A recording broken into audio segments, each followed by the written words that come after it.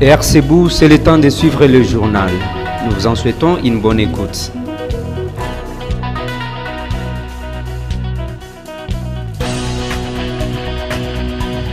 RCBou.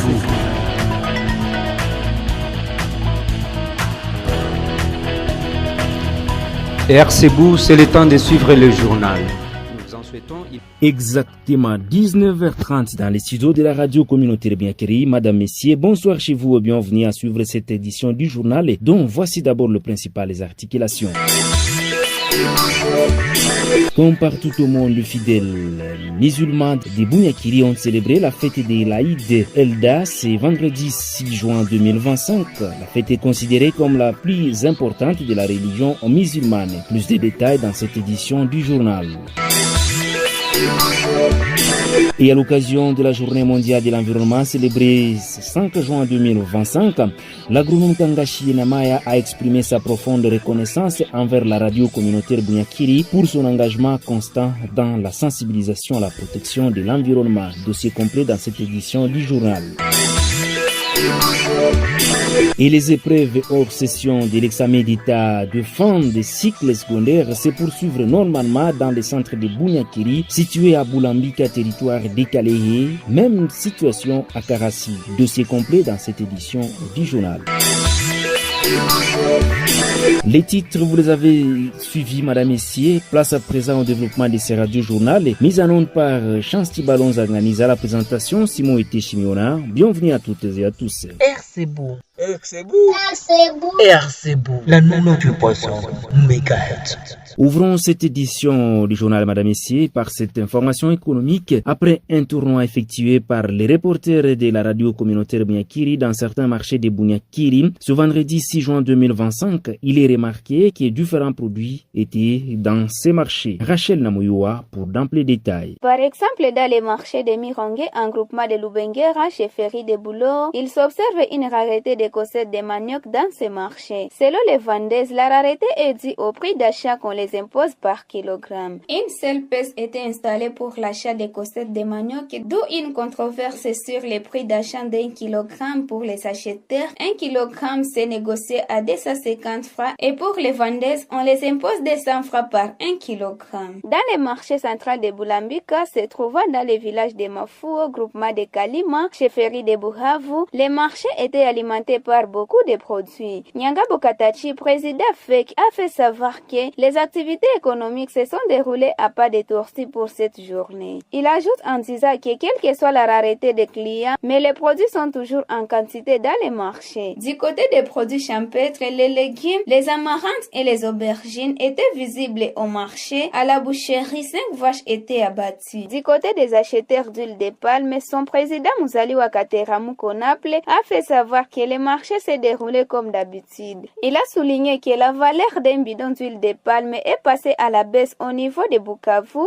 où les acheteurs amènent cette denrée et à cela leurs fournisseurs ne parviennent pas à comprendre cette philosophie. Dans ces cas, ils veulent que leurs clients puissent continuer à les payer l'huile de palme au prix habituel. Quelle que soit cette difficulté, Mouzali Wakateramu Konap demande toujours aux fournisseurs d'huile de palme de venir avec des marchandises car ils sont là pour l'achat de cette denrée. Et avec vous, Nathalie Simbeko, lors d'une descente effectuée par les reporters de la radio communautaire Bunyakiri ce vendredi 6 juin 2025 à Tchakouba, il a été constaté sur place que plusieurs familles se donnent l'audace de puiser de l'eau sans tenir compte du danger sanitaire qui en découlera après la consommation. Interrogés à ce sujet, les utilisateurs de cette eau, ils ont fait savoir qu'ils font recours à cette eau par manque d'une borne fontaine ou une source propre et plus proche pouvant les servir en eau. Selon Mourabangi Kabongi Abdoulaye, moniteur en chef de l'EP Tchakouba, situé à Boulambika Groupa de Kalima. Malgré leur sensibilisation sur les risques de consommer de l'eau qui coule à Tchakouba, il y a toujours une résistance de certains habitants. Celui-ci exprime son inquiétude suite aux élèves de leur établissement, surtout les filles qui passent presque la moitié de leur journée à côté de cette source pour des besoins en eau.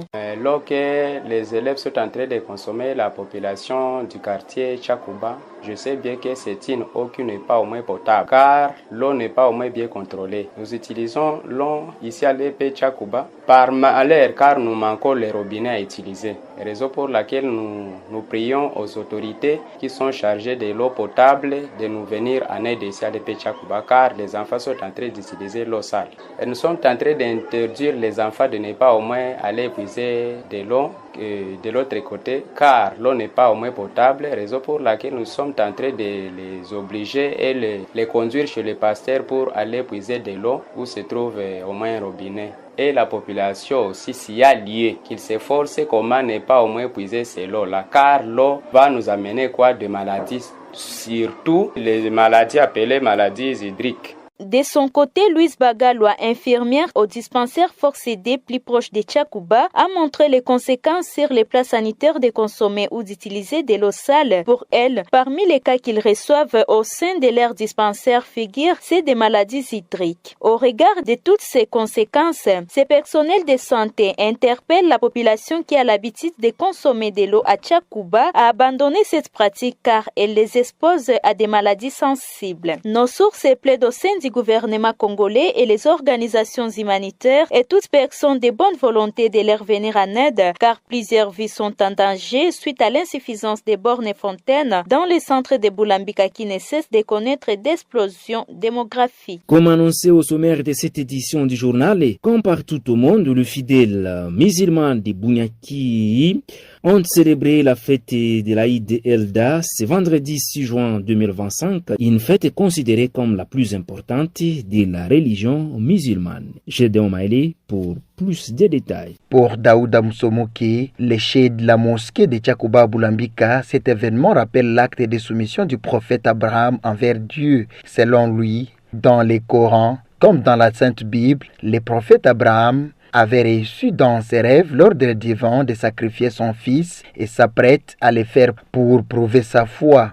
Au moment où il s'apprête à égorger le jeune Ismaël, il est arrêté par l'ange Gabriel envoyé par Dieu qui l'autorise à remplacer son fils par une immolation généreuse que les interprètes musulmans classiques assimilent à un bélier. C'est pour cette raison que l'Aïd Elda se célèbre traditionnellement avec l'abattage d'une chèvre, d'un agneau ou plus fréquemment d'un agneau qui ne doit pas dépasser un certain âge et doit être abattu de manière rituelle après la grande prière. Lors de cette fête familiale qui dure 3 jours et qui s'achève donc lundi 9 juin, les musulmans rendent visite à leurs familles ou leurs amis, échangent des cadeaux et se rendent aussi dans les cimetières pour rendre visite à leurs défunts. Les noms de ces deux fêtes se ressemblent. La grande fête qui est l'Aïd el-Keibir ne doit pas être confondue avec l'Aïd el-Fitr, la petite fête qui célèbre la rupture du jeûne du mois de Ramadan.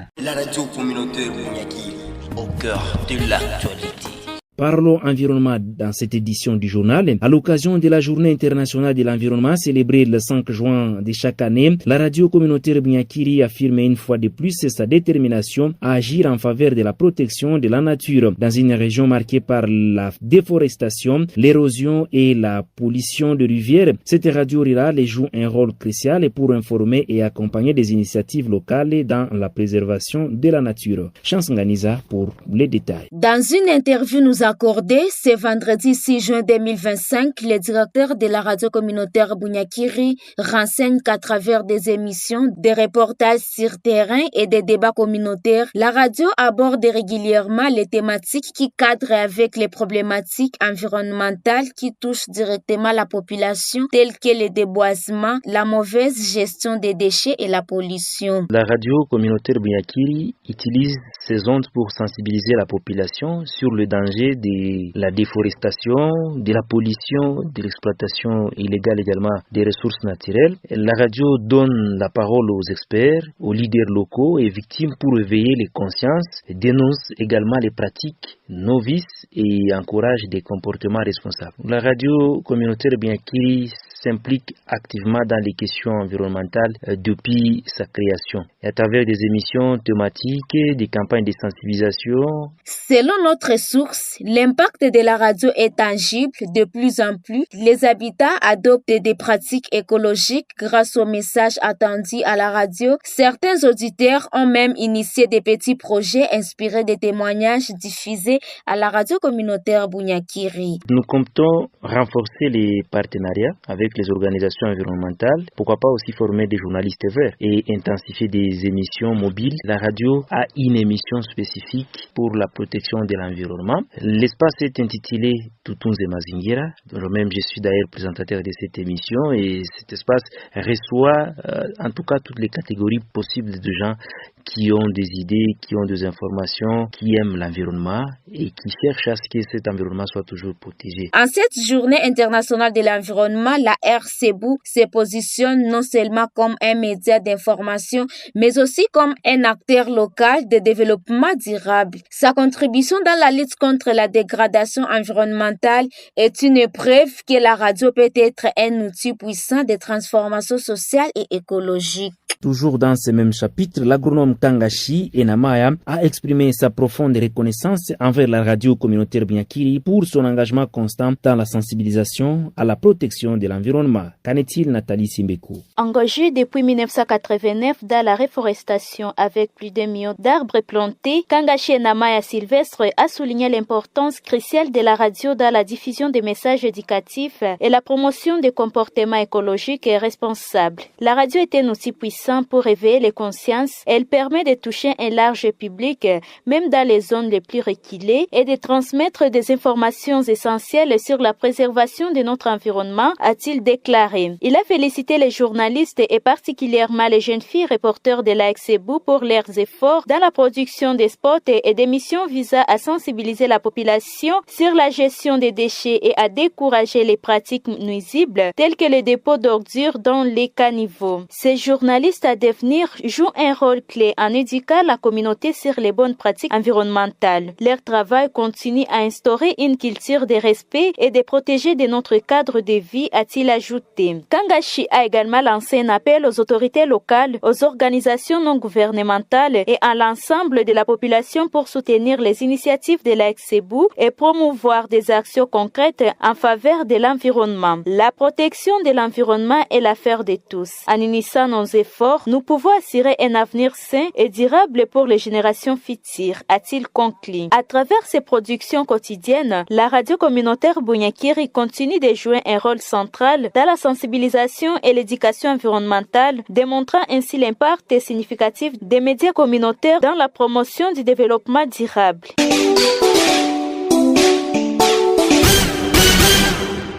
Parlons éducation dans cette édition du journal. Les épreuves hors session de l'examen d'État de fin des cycles secondaires se poursuivent normalement dans les centres de Bunyakiri situés à Boulambika, territoire de Kalehe, l'un parmi les 6 centres que compte la sous-division de l'EDI NC Kalehe D à Bunyakiri. C'est ce qu'a précisé Jean-Christophe Minane Kinini, chef de centre de Bunyakiri, lors d'une interview nous accordée ce vendredi 6 juin 2025. Pour lui, depuis le début de ces épreuves, la pratique comme l'oral, jusqu'à ces derniers jours, il n'y a pas eu d'incident dans son centre. Tout s'est bien déroulé. Celui-ci a montré ses sentiments de satisfaction et gratitude envers les élèves finalistes ayant passé les épreuves dans son centre pour leur discipline politesse et aux surveillants qui ont bien exécuté leurs tâches. Pour lui, cette détermination marque un début de la réussite. Il en parle au micro de Nathalie Simbekou. Dans le centre que j'ai eu à diriger, de Bunyakiri, les épreuves certificatives se sont très bien déroulées, notamment la dissertation, l'épreuve orale de français pour les candidats de la section sociale, l'épreuve de la pratique professionnelle pour les options techniques. Tout s'est bien déroulé. Nous avons commencé le lundi avec la dissertation. Le mardi, les candidats ont eu à passer l'épreuve traditionnelle, notamment ceux des options techniques.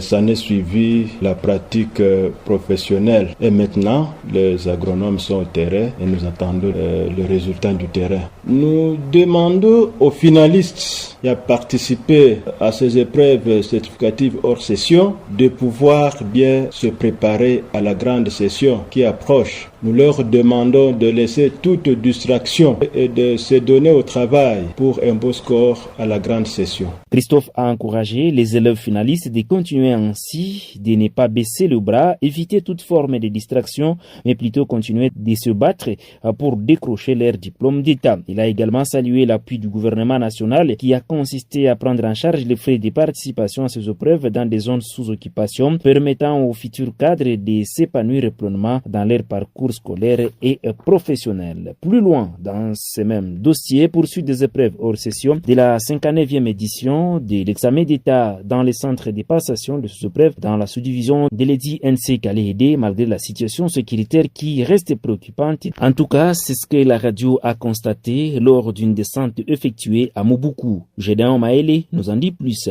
Dans les centres de l'examen d'État de Mobuku, par exemple, les épreuves se poursuivent normalement à l'intérêt des candidats malgré la situation sécuritaire instable dans cette partie du groupement de Mobuku suite aux affrontements entre les M23 et les Ouazalendo qui sont rapportés dans la zone. Pour la journée de ce jeudi 5 juin, les examens se poursuivent avec les épreuves de l'oral de français et la pratique professionnelle dans les centres de l'examen d'État de Mobuku, renseigne Kassole Bagouma Jean-Pierre, chef de ce centre, que je vous propose d'écouter dans cet extrait. Depuis que nous avons commencé les examens avec la dissertation, la deuxième journée, le mardi, nous avons fait faire la situation d'intégration écrite. Là, je vais dire les examens à caractère traditionnel. Nous avons programmé l'oral de français, la défense des rapports à partir de mercredi. Nous avons programmé aussi la pratique professionnelle. Nous avons aussi programmé aujourd'hui jeudi pour la gestion commerciale les épreuves appelées situation d'intégration pratique. Les élèves de commercial de gestion sont en train de faire cet examen. Et on continue les examens. Nous ne savons pas, on va terminer quand, mais le programme va jusqu'au 14 selon le programme officiel. Mais considérant la situation dans laquelle nous sommes en train de vivre, aux alentours de nous, il y a des coups de balles, il y a des affrontements entre les groupes armés, y compris les M23. Je pense que nous avons pensé travailler à l'arrache-pied l'avant-midi et l'après-midi pour que nous puissions finir au moins le dimanche, faire les derniers travaux le dimanche. Mais si on pouvait aller jusqu'au lundi, ça serait tard. Mais nous avons pensé terminer le samedi et le dimanche, nous faisons des travaux administratifs pour les centres. Comme ça, on peut facilement, après cette semaine, nous pouvons facilement libérer les centres. Signalons qu'au total, 2004 candidats passent ces épreuves dans la sous-division éducationnelle Calais 2 cette année. Parmi eux, 754 filles et ils sont répartis dans 6 centres d'examen, dans les centres de Bunyakiri, Bitobolo et Hombosid, situés dans le groupement de Kalim en chefferie de Buhavu. Le centre de Bital est situé dans le groupement du même nom en chefferie de Boulou et le centre de Mubuku et Ziralo en groupement de Mubuku, chefferie de Buhavu. Et c'est la fin de cette édition du journal, Madame, Messieurs. Merci de votre fidélité. Une édition du journal mise en onde par Chance Tibalon Zanganiza. À la présentation, Simon et Chimiona. Merci à toute l'équipe rédactionnelle sous la supervision d'Aristote Elia. Restez scotchés sur les ondes de la radio pour l'union, la paix et le développement. Vous pouvez également visiter notre site internet pour plus d'informations en tapant les www.rcbunyakiri.info. À très bientôt.